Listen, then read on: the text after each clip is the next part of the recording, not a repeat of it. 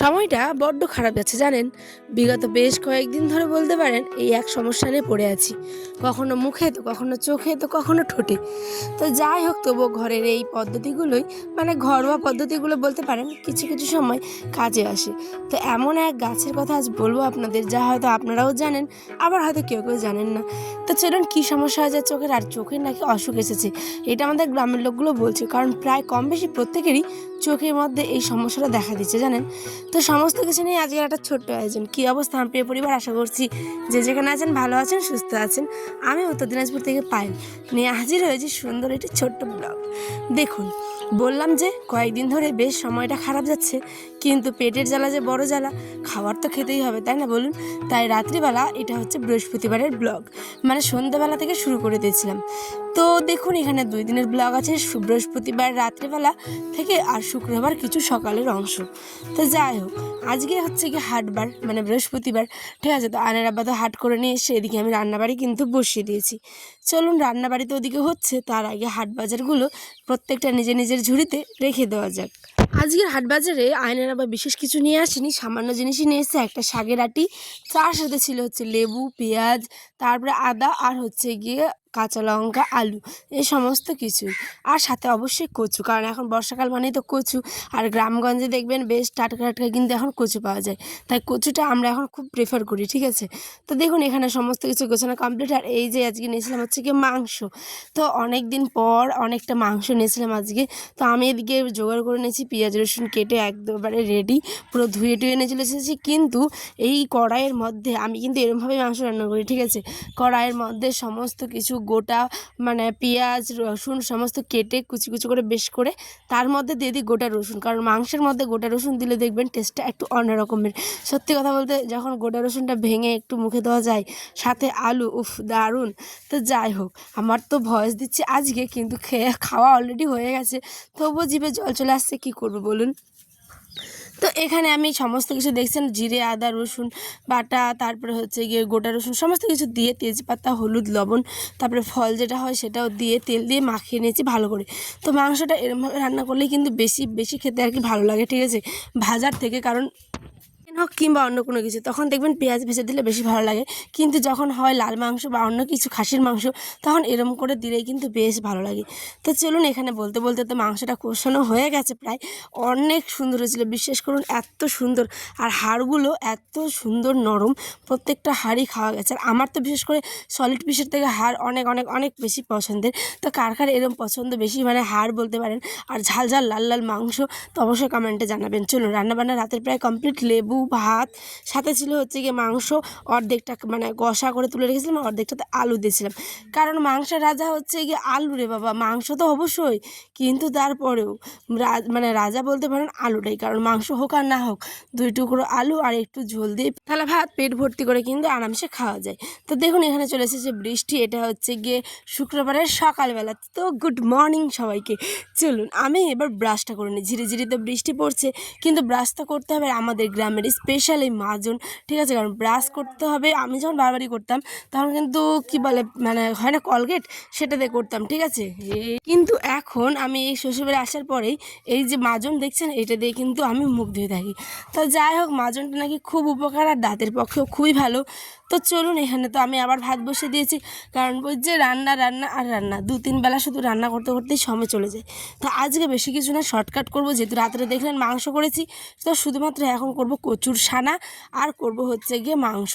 তো মানে মাংস করবো বলতে গরম করবো আর কি। তো যাই হোক, হাত মুখ ধুয়ে নিয়েছি, একটু পাউডার ক্রিম এখানে লাগিয়ে নিলাম। হাত মুখ ধোয়ার পরে সকালবেলা আপনারা তো জানেনই আমার বেশ ভালো লাগে পাউডার টাউডার লাগিয়ে, কারণ কি মুখটা অনেকটা ফ্রেশ ফ্রেশ লাগে ঘুম থেকে উঠে হাত মুখ ধোয়ার পরে। তারপরে করবো হচ্ছে শাক ভাজা, এটা হচ্ছে আমাদের গ্রামের ভাষায় চিরামারা শাক বলে। তো এই শাকটাকে বেশ ভাজা ভাজা করবো ভালো করে। তো চলুন, এখানে আমি ছুটে নিচ্ছি। দেখছেন মোরগ ডাকছে কি সুন্দর। এখন বাজে দুপুর 2টা, আপনারা ঠিক ব্লগটা পাবেন 5টার সময়, ঠিক আছে। আয়নের আব্বা চলে এসেছে, তো আয়নকে ওর আব্বার কাছে দিয়ে এসেছি আপনাদের কাছে ভয়েস দিতে। গলার অবস্থাটাও ভারী খারাপ, দিন দিন কেমন জানি গলাটাও বসে যাচ্ছে ভারী ভারী, মানে যেহেতু প্রচুর কথা বলতে হয় আমাকে, তো সেই কারণেই আপনাদের সাথে বলি, আবার বাড়ির লোকের সাথে আয়নার পিছনে দৌড়তে দৌড়তে আমার তো সময় এমনি কেটে যায়। তো যাই হোক, গলাটার উপর প্রচুর প্রেশার পড়ছে, সেই কারণে হয়তো গলাটাও বসে যাচ্ছে। তো যাই হোক, আমি এখানে শাকটা সিদ্ধ করে নিয়েছি, এবার গোটা শুকনো লঙ্কা একটু ভেজে নেব। যেহেতু কচু সেদ্ধ করেছি, তো শুকনো লঙ্কা, তেল, লবণ, তারপরে হচ্ছে গিয়ে লেবুর টক দিয়ে বেশ করে মেখে নিব একদম। উফ, দারুণ দারুণ কচুর সেদ্ধ, মানে কচুর ছানা যারা খান না, একটিবার এরম করে সেদ্ধ করতে দিবেন ভাতের সাথে, আর শুকনো লঙ্কা, পেঁয়াজ কুচি, তেল লবণ দিয়ে আর লেবুর রস দিয়ে মেখে খাবেন। উফ, দুর্দান্ত, মাংসকেও হারিয়ে দেয় জানেন। কারণ মানে যারা ছানা খেতে আর কি পছন্দ করে তাদের কথা বলছি, তাদের মাংস না হলেও চলবে, কিন্তু এক থালা ভাত এরকমই খাওয়া হয়ে যাবে। আর এই যে এখন আমার এখানে কমপ্লিট ছানা মাখা, এইবার আমি যাব হচ্ছে গিয়ে বাইরের দিকে কাজ করতে। এবার দেখুন আয়নের দাদি দাদু সবাই উঠে পড়েছে, আর বৃষ্টি কিন্তু টিপটিপ করে পড়তেই আছে। তো ঘড়ির কাঁটা এখন প্রায় 8:30 9টার মতো বাজতে যায়, এই যে 9:15 বেজে গেছে। এখানে দেখুন শাক, তারপরে ছানা, লেবু, মাংস সমস্ত কিছু রান্নাবাড়ি করে কমপ্লিট। এইবার আমি একটা কথা আপনাদের সাথে শেয়ার করি। ওই যে প্রথমে বললাম চোখের অসুখ এসেছে, কী এসেছে বলুন তো? আজলাই, মানে বলেন আমজিনা টাইপের। তো বিগত কয়েকদিন ধরে দেখেছিলেন আমার রিলস ভিডিওতে, বড় ভিডিওতে, প্রত্যেকটা ভিডিওতেই কম বেশি যে চোখের মধ্যে হয়েছিল। তো এতদিন হয়েছিল ডান চোখে, আজকে হয়েছে বাঁ চোখে। তো এই চোখের যে অসুবিধাটা, এটা আপনারা আগামী দিনের ব্লগে দেখতে পাবেন। মানে কেরম ফুলে যায়, ব্যথা করে, তারপরে অনেকটা রক্ত বেরোয় অল্প অল্প করে, পিচ বেরোয়, এই সমস্ত কিছু। তো যাই হোক, কী করা যাবে, চোখের নাকি এই সমস্যাটা গ্রামে এসছে, অনেকেরই হচ্ছে।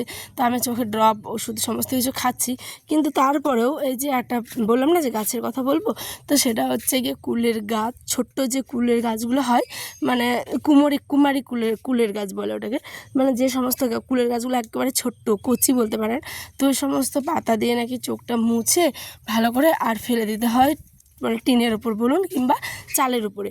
তো ফেলে দিলে পরে কী হয়, চোখটা নাকি অনেকটা বেশ বসে যায়, ভালো হয়ে যায়। কিন্তু আমি জানি না যে তারপরেও এরম অবস্থা হবে, মানে আমার তো কমেই নি। এটা মানে ঘরোয়া পদ্ধতি বলতে পারেন, মা দাদিদের মুখে, আমার শাশুড়ি মাদের মুখে শুনেছি, তাই আমিও ট্রাই করলাম। তারপরে দেখি যে বেকার, মানে কোনো, এটা তো একটা কথার কথা, তাই না? এটা দেখি কমে, এটা তো মেডিসিন লাগবে।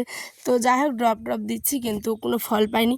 বেকার। ওই সমস্ত টিনের পর শুকিয়ে দিলে নাকি চোখটা থেকে অটোমেটিক শুকিয়ে যাবে, এটা একটা ভুল ধারণা আমি মনে করছি, কারণ আমার তো কমেই নি, তাই না বলুন? তো যাই হোক, এই সমস্ত গল্পই আজকের ছিল।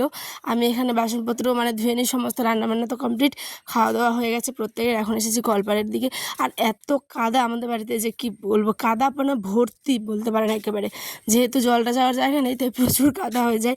তো যাই হোক, বর্ষাকাল মানেই তো বৃষ্টি, কাদা, এই সমস্ত কিছু নেই, তাই না? অলরেডি আজকে অনেক বড় ব্লগটা হয়ে গেছে 8 মিনিটের। তো কি বলবো, আর বাসনগুলো তো ধুয়ে নিই। এখন যাব ঘরে, আয়নকে ঘুম পাড়াবো, এডিট করব, থাম্বনেল রেডি করব, পোস্ট করব, রিলস আছে, অনেক কাজ।